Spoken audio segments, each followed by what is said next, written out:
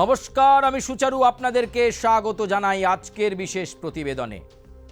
বিগত কয়েক মাস ধরে অনেক ভোট নিয়ে বিশেষ প্রতিবেদন দেখেছেন, কিন্তু আজকের প্রতিবেদন আবার আমার দেশের মাটি কতটা সুরক্ষিত, আমি যে দেশে বাস করি, আমি যে ভারতবর্ষের নাগরিক, সেই ভারতবর্ষ কতটা নিজেকে সুরক্ষিত করছে, কতটা আত্মনির্ভর ভারত, সে কথা বলতেই আমাদের আজকের প্রতিবেদন। এর আগের বিভিন্ন প্রতিবেদনে পর্যায়ক্রমিকভাবে আপনারা দেখেছেন যে এয়ার ডিফেন্স সিস্টেমকে শক্তপোক্ত করতে ভারত কতগুলো যৌথ পদক্ষেপ নিয়েছে। পূর্ববর্তী প্রতিবেদনেও আমরা দেখিয়েছি যে ভারত আমেরিকার সঙ্গে যৌথভাবে F414 জেট ইঞ্জিন তৈরি করছে, যাতে ফাইটার জেটকে একটা অন্য মাত্রা দেওয়া যায় এবং ভারতের আকাশকে সুরক্ষার জন্য ভারতবর্ষ কিন্তু এই মুহূর্তে অত্যন্ত তৎপর। তবে শুধু আকাশপথকে সুরক্ষা রাখলেই চলবে? আজ্ঞে না, আকাশ থেকে মাটি, মাটি থেকে জল, সর্বক্ষেত্রে নিজেকে, নিজের প্রতিরক্ষা বেষ্টনীকে সুসংরক্ষিত করতে হবে। এই ভাবনা থেকেই নিজের থেকে আত্মনির্ভর হওয়ার জন্যই ভারত আমেরিকার যে চুক্তির কথা আপনাদেরকে আগে জানিয়েছি, আর আজকে যে চুক্তির কথা আপনাদের সামনে জানাবো, সেই চুক্তি এবার জাপানের সঙ্গে। ভারত জাপানের মধ্যে চুক্তি, এবং সেখানে একসাথে যৌথভাবে উদ্বোধন এবং উৎপাদন, সেই উৎপাদনের জোর। কি উৎপাদন করবে ভারত জাপানের সঙ্গে? একসাথে কি উৎপাদন করবে সেটা বলতেই তো আজকের এই প্রতিবেদন। প্রিয় দর্শক, যারা দেশের খবর ভালোবাসেন, দেশের প্রতিরক্ষার খবর ভালোবাসেন, আপনার দেশ কতটা সুরক্ষিত রয়েছে, আপনার দেশ প্রতিরক্ষা ক্ষেত্রে, সামরিক ক্ষেত্রে গোটা বিশ্বের কাছে নিজের ভাবমূর্তি কতটা উজ্জ্বল রাখতে পারছে, সত্যিকারের ভারত কতটা আত্মনির্ভর হয়েছে, সেটা গুরুত্বপূর্ণ আপনাদের জানা দরকার। এয়ার ডিফেন্স নিয়ে, আকাশপথে ভারতের প্রতিরক্ষা নিয়ে আপনারা অনেক খবর শুনেছেন, কিন্তু আজকে জলপথে ভারত সুসংহত হচ্ছে। জাপানকে সঙ্গে নিয়ে জলপথে ভারত কিন্তু সুসংহত হচ্ছে। আর আজকে সেই কাহিনী, সেই বাস্তবটাই আপনাদের সামনে আমরা তুলে ধরব, আর তার নাম মোগামা ক্লাস। হ্যাঁ, নৌবাহিনীর ক্ষেত্রে ভারত কিন্তু এবার সুসংগত হতে চলেছে জাপানকে সঙ্গে নিয়ে উৎপাদনের ক্ষেত্রে। এই মোগামা ক্লাস কি, কিভাবে জাপান ভারতের সঙ্গে একত্রিত হয়ে আমাদের দেশেই উৎপাদিত হবে, এবং সেটা আমাদের জলপথকে কতটা সুরক্ষিত করবে। এমনিতেই ভারত সাগরের ওপর চীনের যে প্রভাব, সেই চীনের প্রভাবকে কমানোর জন্যই ভারত চাইছে এবার জলপথেও নিজের স্বতন্ত্রতাকে প্রমাণ করতে। ভারত চাইছে জলপথে নিজেকে আত্মনির্ভর প্রমাণ করতে। ভারত চাইছে জলপথে শত্রু দেশকে চোখে চোখ রেখে কথা বলবে বলে। ভারত চাইছে জলপথে নিজের শক্তিতে বলীয়ান হতে, শুধু আকাশপথে নয়, এবার জলপথেও, নৌবাহিনীর ক্ষেত্রেও ভারত হয়ে উঠবে বলিষ্ঠ ভারত, ভারত হয়ে উঠবে পরিবর্তিত ভারত। চলুন আজকের বিশেষ প্রতিবেদনে নজর রাখা যাক ভারত জাপান মাস্টার স্ট্রোক। সেই মাস্টার স্ট্রোক কি? ভারত জাপান মাস্টার স্ট্রোক নৌ প্রযুক্তিগত অগ্রগতি। মোগামা ক্লাস বা মোগামি ক্লাস ফ্রিগেটের পূর্ণ প্রযুক্তি। এই মোগামি ক্লাস নিয়েই আপনাদের কাছে আমরা গোটা প্রতিবেদনে জানাবো। হস্তান্তরে শক্তিশালী হবে নৌবাহিনী। এই মোগামি ক্লাস ফ্রিগেটের মাধ্যমে ভারতবর্ষ জলপথে নিজের স্বতন্ত্রতা দেখাবে। আমি যে কথা আগে বলছিলাম, ভারত সাগরের ওপর চীনের প্রভাব, এই মোগামি ক্লাস ফ্রিগেটের মাধ্যমে সেই প্রভাবকে কমিয়ে দেওয়া যাবে। জাপান ভারতের পাশে দাঁড়িয়েছে, উৎপাদন হবে এই ভারতবর্ষের মাটিতে। ভারত মহাসাগরে চীনের ক্রমবর্ধমান প্রভাব, যে কথা আপনাদেরকে বলছিলাম, মোকাবিলা করতে এবং আত্মনির্ভর ভারত অভিযানকে আরও এক ধাপ এগিয়ে নিতে বড়সড় প্রস্তাব দিল জাপান। প্রস্তাবটা এসেছে জাপান থেকে। টোকিওতে আনুষ্ঠানিকভাবে ভারতের কাছে তাদের সবথেকে উন্নত মোগামি ক্লাস স্টিলথ ফ্রিগেট যৌথভাবে উৎপাদনের প্রস্তাব রাখা হয়েছে। ভারত সাদরে আমন্ত্রণ জানিয়েছে। মোগামি ক্লাস ফ্রিগেটের মাধ্যমে ভারত জানে যে নৌক্ষেত্রে, নৌবাহিনীর ক্ষেত্রে কতটা স্বাবলম্বী হওয়া যাবে। জাপানের এই অফারকে সাদরে আমন্ত্রণ জানাচ্ছে ভারত, যে আমরা উৎপাদন করব।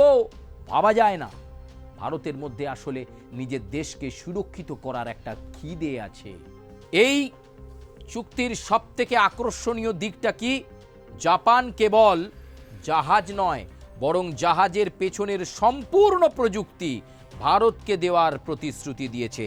এত বড় বন্ধুভাবাপন্ন মনোভাব জাপান দেখিয়েছে যে আমি শুধু তোমাকে জাহাজ নয়, জাহাজের পেছনের সম্পূর্ণ যে প্রযুক্তি রয়েছে সেটা আমি তোমাকে দিয়ে দেব। ভাবুন এবার, ভাবুন ভারত অন্যান্য দেশের কাছে কতটা গুরুত্বপূর্ণ। আপনি যে দেশে বাস করেন সেই দেশটা আজকে গোটা বিশ্বের কাছে অত্যন্ত গুরুত্বপূর্ণ একটা দেশে পরিণত হয়েছে। কিসের উপর ভিত্তি করে? Make in India. কিসের উপর ভিত্তি করে? আত্মনির্ভর ভারত। কেন মোগামি ক্লাস গেম চেঞ্জার? ভারতের নিজস্ব নীলগিরি ক্লাস ফ্রিগেটগুলো অত্যন্ত শক্তিশালী হলেও মোগামি ক্লাস একটি সম্পূর্ণ ভিন্ন ঘরানার সক্ষমতা নিয়ে আসবে। বিশেষজ্ঞরা বলছেন এই একটি ডিল ভারতকে 1 দশকের নৌ প্রযুক্তিগত অগ্রগতি এনে দিতে পারে। একটা একটা করে পয়েন্টের মাধ্যমে আমরা বুঝবো যে কি কি সুবিধে ভারতের হবে নৌক্ষেত্রে। পয়েন্ট নাম্বার 1, উন্নত অটোমেশন ও ক্রু সংখ্যা। মোগামি ক্লাস ফ্রিগেটগুলো অত্যাধুনিক অটোমেশন আর্কিটেকচারের ওপর ভিত্তি করে তৈরি। যেখানে সাধারণ একটি ফ্রিগেটে 200 জন ক্রু লাগে, সেখানে এই জাহাজে মাত্র 90 জন ক্রু দিয়েই পরিচালনা করা সম্ভব। তাহলে ক্রুয়ের মেম্বার সংখ্যাটা কম লাগবে, বেশি লোক লাগবে না। যেখানে 200 লাগতো সেখানে 90 জনকে দিয়ে কাজ হয়ে যাবে। ইন্টিগ্রেটেড মাস্ট সিস্টেম, এর ইউনিক ডিজাইন এবং মাস্ট সিস্টেম রাডারের চোখে একে প্রায় অদৃশ্য রাখে এবং সেন্সর ব্যবহারের ক্ষেত্রে ভারতের বর্তমান সক্ষমতাকে ছাড়িয়ে যাবে। তাহলে এই মোগামি ক্লাসের একটা গুরুত্বপূর্ণ ভূমিকা কি রয়েছে? যে রাডারের চোখে এটাকে অদৃশ্য রেখে দেবে। রাডারের চোখে অদৃশ্য থাকবে, দেখা যাবে না, রাডার ধরতে পারবে না মোগামি ক্লাস ফ্রিগেটকে।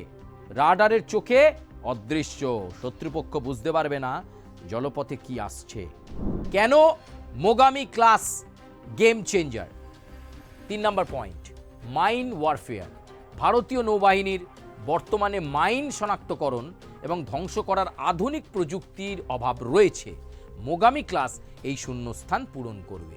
তাহলে যেখানটা ভারতের অভাব রয়েছে সেই অভাব জাপানের এই মোগামি ক্লাস করে দেবে। ভারতীয় নৌবাহিনীর বর্তমানে যে মাইন শনাক্তকরণ এবং ধ্বংস করার আধুনিক মাইন যেখানে সেখানে শত্রু তো মাইন রেখে দেয়, সেই মাইনকে শনাক্তকরণ এবং ধ্বংস করার কাজে এই মোগামি ক্লাস একটা গেম চেঞ্জারের কাজ করবে। 4 নাম্বার, মডুলার মিশন কনফিগারেশন। এই জাহাজগুলো পরিস্থিতির ওপর ভিত্তি করে দ্রুত নিজেদের রণকৌশল এবং সাজসজ্জা বদলে ফেলতে পারে। এমন এক জাহাজ, এই জাহাজ পরিস্থিতি আন্দাজ করবে। হয়তো কোনো আপৎকালীন পরিস্থিতি রয়েছে, কোনোভাবে শত্রুপক্ষের আক্রমণ আসছে, মুহূর্তের মধ্যে সাজিয়ে ফেলা যাবে এই জাহাজকে। শুধু তাই নয়, সেই মতো এই জাহাজ কিন্তু পরিস্থিতির বিচারে অ্যাক্ট করতে শুরু করবে, কার্যকরী ভূমিকা নেবে। এটাই মোগামি ক্লাসের স্পেশালিটি। ভাবুন, এরকম একটা নৌ প্রযুক্তি ভারত উৎপাদন করবে, পাশে আছে জাপান।